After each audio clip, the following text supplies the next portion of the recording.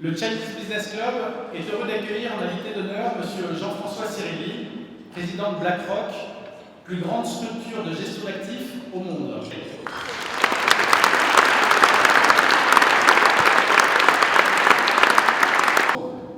Bonjour et merci à Harold, au Chinese Business Club pour cette belle invitation. Merci à vous toutes et à vous tous d'être présents. 4 points à vous dire aujourd'hui. Un peu de lexique grammatical sur la notion de fonds qui est mis à toutes les sauces, pas le fonds sauce, mais des fonds avec un S et sans le nez. Ensuite, vous parlez un peu de BlackRock rapidement pour un peu démystifier le grand mastodonte américain. Troisièmement, vous dire un petit peu ce qui change dans les investissements en ce moment dans le monde, mais en bullet point si vous voulez, et puis quelques réflexions générales que j'ai appelées mes messages paroissiaux. Alors le premier point, fonds et le métier. Alors en France, il y a pas mal d'ambiguïté en français sur la notion de fonds. Parce qu'on a les fameux fonds de pension, qui est l'expression anglaise pour dire caisse de retraite. Alors j'avoue que c'est plus sympa et plus joli des fonds de pension que caisse de retraite. Enfin, c'est des caisses de retraite. Il y a les fonds d'investissement, qui sont les fonds des capital investissement, en anglais private equity, le PI. Ça, c'est pas moi, ça s'est énormément développé dans les 20 dernières années, et c'est d'ailleurs formidable. Et puis, il y a les gestionnaires d'actifs, ce que je suis, asset manager. Donc, on vous dit, vous êtes un fonds de pension? Non. Je suis un fonds d'investissement? Non. Je suis un gestionnaire d'actifs, ce qui en général laisse les gens pantois, ils disent, on ne sait pas ce que c'est. Voilà. Nous sommes à peu près pourtant 700 en France, donc vous voyez, c'est une profession très éclatée. Et nous, on propose à des gens d'investir, et on investit dans des enveloppes qu'on a appelées des fonds. Donc il y a des fonds tout le temps, mais ce n'est pas les mêmes. Donc faites attention quand vous utilisez le mot fonds. Alors c'est une profession qui n'est pas très connue pour plusieurs raisons. La première, c'est qu'on fait du B2B essentiellement. Donc qui dit B2B, vous êtes loin du client final que vous êtes. Il n'y a pas de boutique BlackRock, vous pourriez rentrer en demandant dans quoi je peux investir.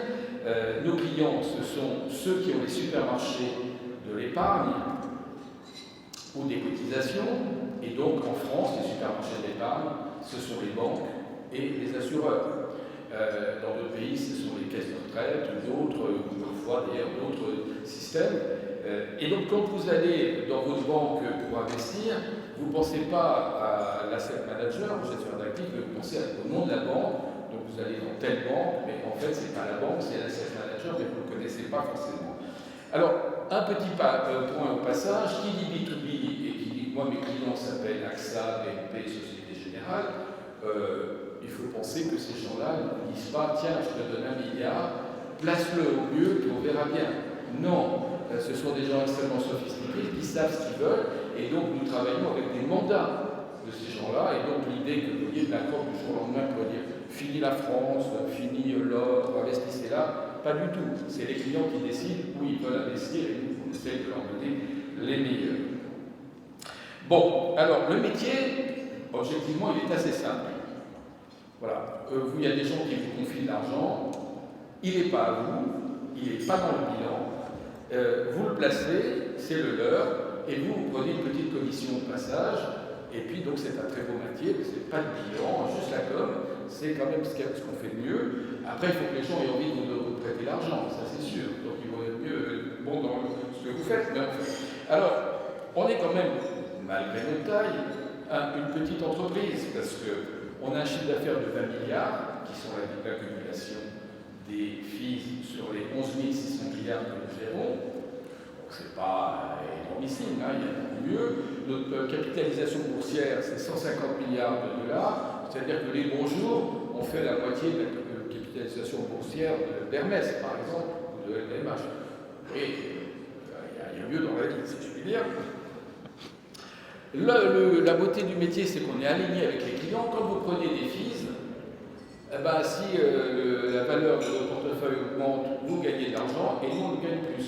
Quand ça baisse, on gagne moins. Donc cet alignement avec les clients, ça c'est un grand avantage concurrentiel. Et si vous, demain, vous voulez envie d'être gestionnaire d'actifs, je vous prête de l'argent, vous allez l'investir. Quels sont les 2 sujets? Il n'y en a pas 36, il y en a 2 sur lesquels vous allez vous intéresser. Le premier, c'est le risque. on m'a prêté de l'argent, je l'investis, mais si le type fait faillite, s'il ne prend pas l'argent, moi je suis mal.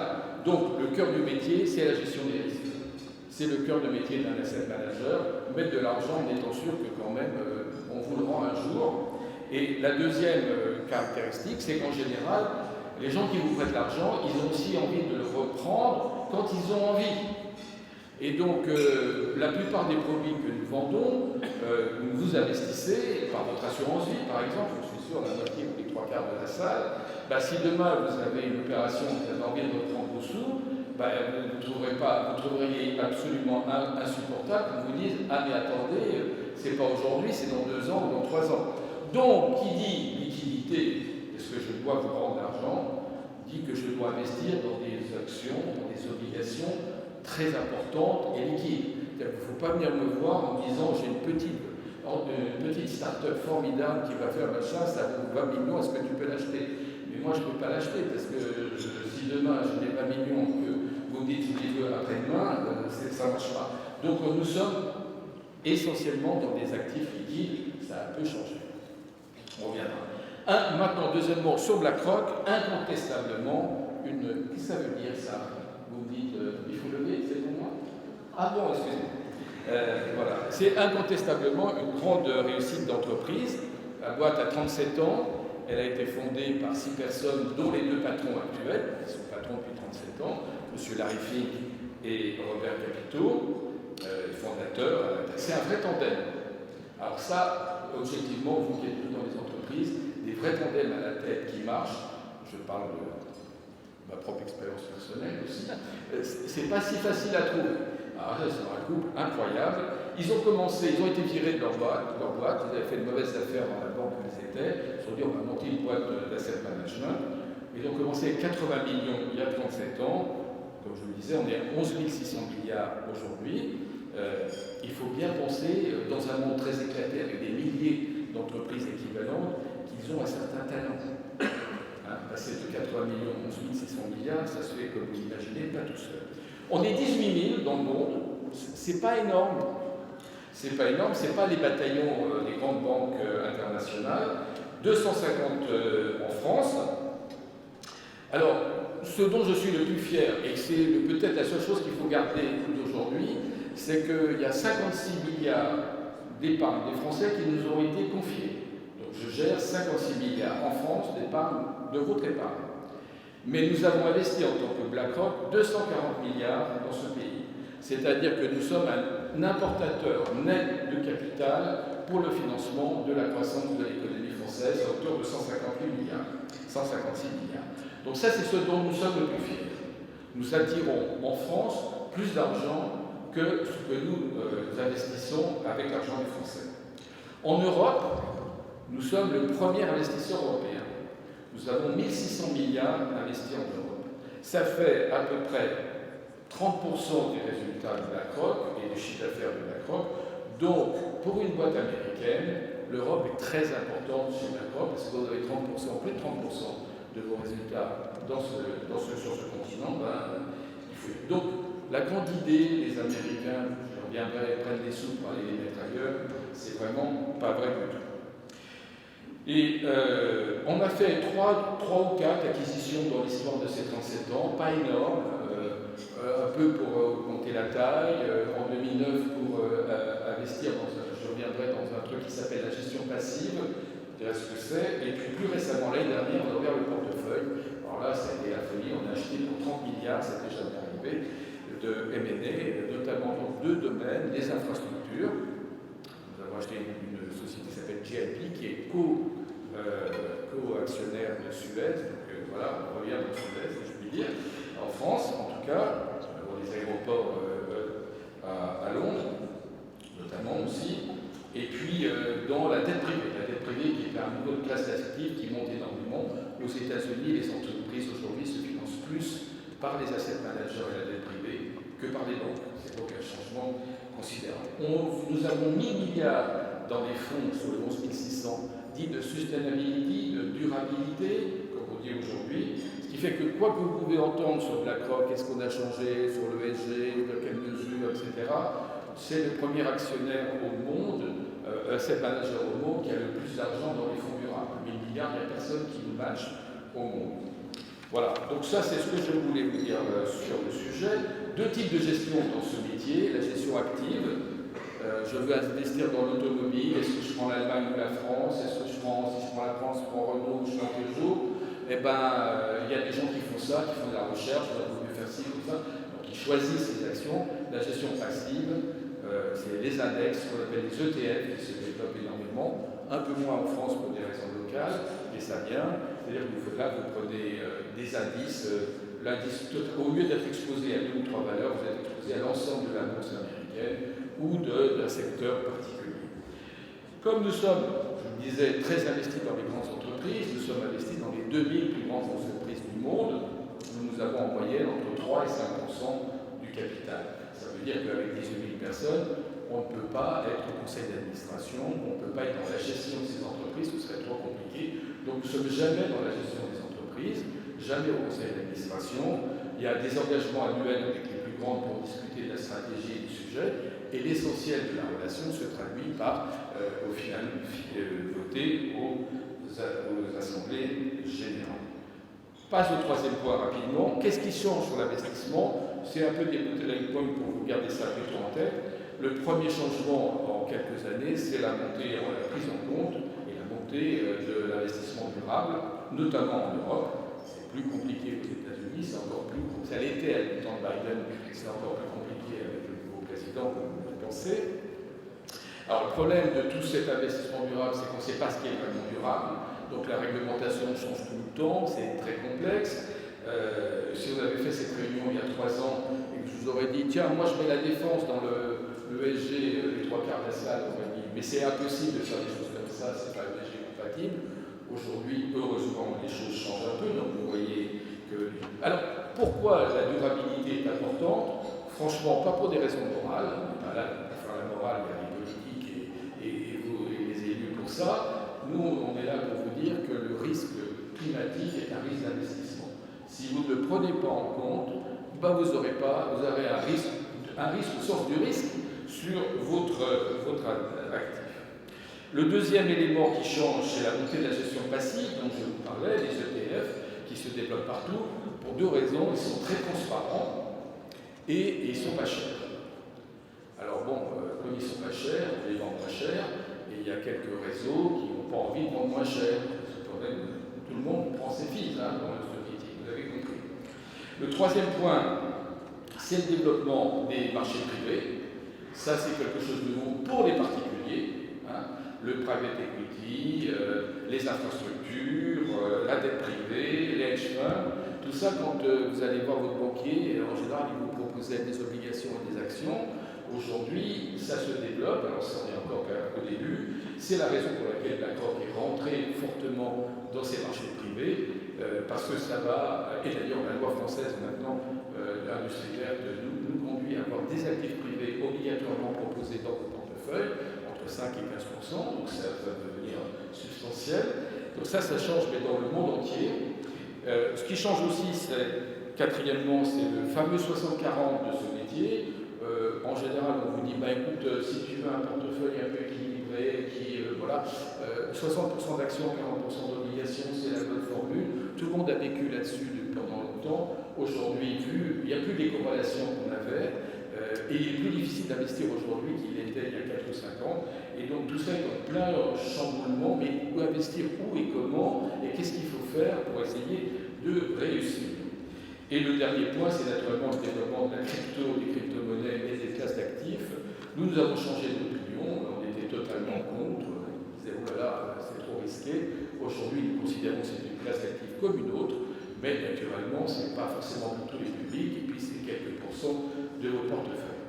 Dernier point, parce que je suis déjà trop long, parole, quelques messages paroissiaux. Alors, premier point, j'avais envie de vous dire, curieux pays que la France. Pays de la finance. On a les plus belles banques européennes sont françaises. Dans le private equity, on est le principal. On a des super sociétés en France de private equity, très successful. Dans la gestion d'actifs, malheureusement, la plupart de je ne vais pas les citer, je cite jamais les concurrents quand même, mais la plupart des concurrents sont français. Donc on est un pays de finance. Et pourtant, c'est un des pays où l'éducation financière est peut-être la plus fruste et la plus limitée en Europe. Franchement, c'est pas top. On peut faire toute sa carrière, bac plus et université, sans avoir fait 1 heure d'éducation financière sur comment on fonctionne. Ça, c'est quand même un sujet. Alors, on a plein de raisons pour ça, plein de raisons. Ne serait-ce que le jour où l'éducation nationale va en faire, ce sera un grand moment, ça, peut-être pas pour demain, je pense. Et puis, on n'a pas de système de retraite par capitalisation, où les gens regardent individuellement les sous, ça, c'est un truc qui pousse à ça.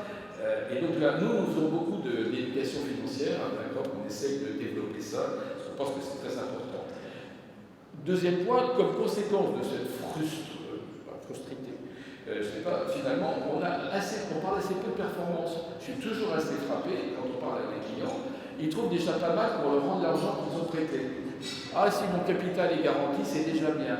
Alors l'idée de le faire fructifier, mais tu penses, les Anglais et les Américains, ils ont une très belle expression, ça s'appelle mettre l'argent au travail. Pourquoi il n'y aurait que la tête ou nos bras pour réussir à avoir de l'argent? Mettons l'argent au travail. En France, on ne met pas assez l'argent au travail. On ne s'investit pas assez, les gens le gardent en cash.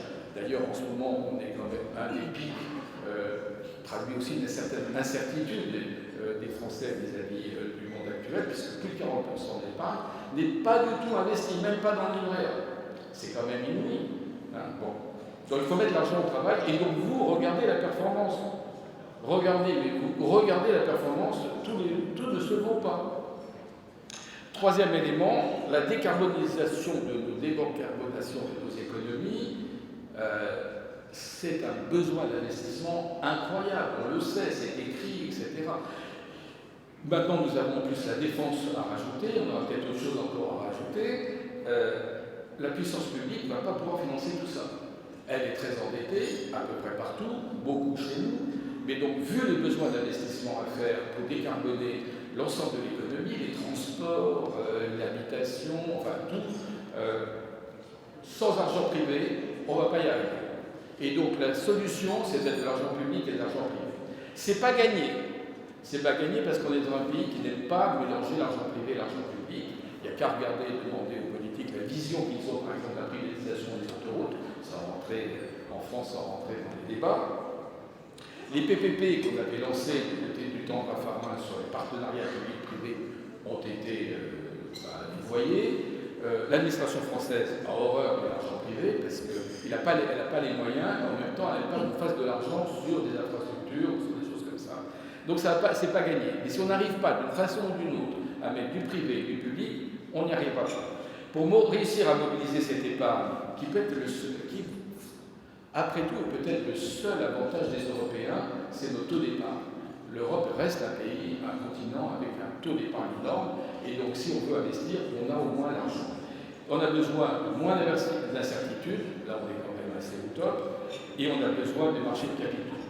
Le grand succès des Américains, c'est quand même le marché du capital américain, les capitaux aux États-Unis, et c'est pourquoi que nous souhaitons ardemment que l'Europe crée un marché des capitaux. Alors, on a bien commencé, puisque le précédent s'appelait l'Union des marchés de capitaux, ça n'a pas marché, et donc on a fait ce qu'il fallait, on a changé le nom.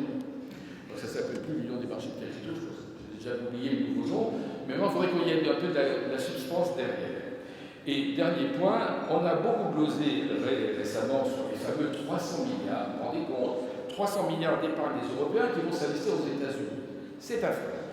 En général, en montrant un peu du doigt, les gens comme moi, parce que c'est quand même des Américains qui rapatrient les sous. Ça, je dis, alors ça, c'est encore un fantasme. Moi, je dis, je suis le premier investisseur en Europe, j'ai envie de le rester d'ailleurs. Alors, il y avait quand même une bonne raison d'aller aux États-Unis ces dernières années. Quand la bourse fait 25% en 2 ans de suite, les gens se disent, pourquoi pas y aller? Bon, alors, le fait de faire 25% la troisième année, c'est peut-être un peu plus dur. On n'est pas parti, là, cette année pour ça. L'innovation semblait être là-bas. La dérégulation, l'IRA, tout ce que vous voulez, une perspective de croissance. Je crois qu'on sous-estime la crise européenne en termes de croissance entre nous. Nous avons vécu ces dernières années, nous continuons à vivre dans un continent qui ne crée pas vraiment de richesse et de croissance. Il faudrait peut-être se remuer pour que ça avance, d'ailleurs. Et donc, tout le monde avait vraiment les yeux de chimène pour les États-Unis. Et d'ailleurs, c'est bien pour ça que tout le monde a investi là-bas. Ça a quand même changé depuis le début de l'année. Pour partir, on ne fait pas dire ce que je dis, ce que je ne dirai jamais, mais il y a quand même davantage d'incertitudes aux États-Unis depuis le début de l'année qu'on pensait à la fin de l'année dernière. Et donc, c'est une vraie chance pour l'Europe. C'est une vraie chance pour l'Europe de la saisir. Nos maîtres politiques ont commencé à comprendre, et le disent les Français depuis le président Macron depuis assez longtemps, mais le nouveau chancelier allemand, qui à l'heure où je parle, j'ai compris, n'est toujours pas élu, a dit il est temps de savoir si l'Europe va sortir de l'histoire ou pas. C'est quand même des paroles fortes d'un chancelier allemand. Les rapports sont faits, Draghi, l'État, ils sont excellents. Pour une fois, il n'y a pas que les constats, sur le thème l'Europe ça ne va pas, il y a même les solutions. Parce que quand on se parle entre nous, Européens, on s'apitoie sur la situation, puis après, quand on dit qu'est-ce qu'il faut faire, il y a pas de monde. Bon, là, on a tout dans les rapports. Mais ce n'est pas non plus encore totalement décodé dans les administrations, tout n'est pas redescendu. Je ne donne qu'un seul exemple qui me stupéfait, moi, je l'ai dit 3 fois, merci. Le rapport Draghi, c'est 9 septembre. On est le 6 mai, et toujours pas traduit en français. Je dis 3 fois, je dis, mais quand même, traduisez le rapport en français. Ça prend 10 minutes sur ChatGPT ou DeepL. Après, il faut peut-être 2 heures pour le relire, pour être sûr qu'on n'a pas fait le faux sens. Et au moins, on peut lire le rapport Draghi en français. Les sites gouvernementaux, ce rapport n'est qu'en anglais. Pourquoi? On va savoir. Donc, il faut que ça décore, vous savez, on a le sentiment que ce n'est pas encore tout ça bien descendu. Voilà, on va passer au dessert. Et donc, le dernier point, c'est il faut faire les bons choix de souveraineté. C'est peut-être mon message. C'est vrai qu'il y a besoin de souveraineté européenne, mais faisons les bons choix et restons ouverts. On a quand même besoin du capital étranger. Et donc, après une décennie où l'Europe, franchement, c'était pas top, hein, en termes de croissance, en termes de paralysie politique des institutions nouvelles, c'est peut-être notre moment. Donc, il faut que les Européens vraiment le prennent à bras le corps. Et nous, chez BlackRock, on a besoin de nos 2 pieds, fort pied américain, nord-américain, 60% de nos résultats, fort pied européen, plus de 30% de nos résultats. Donc on est là pour continuer à investir mieux et davantage dans l'Europe. Merci et bon appétit.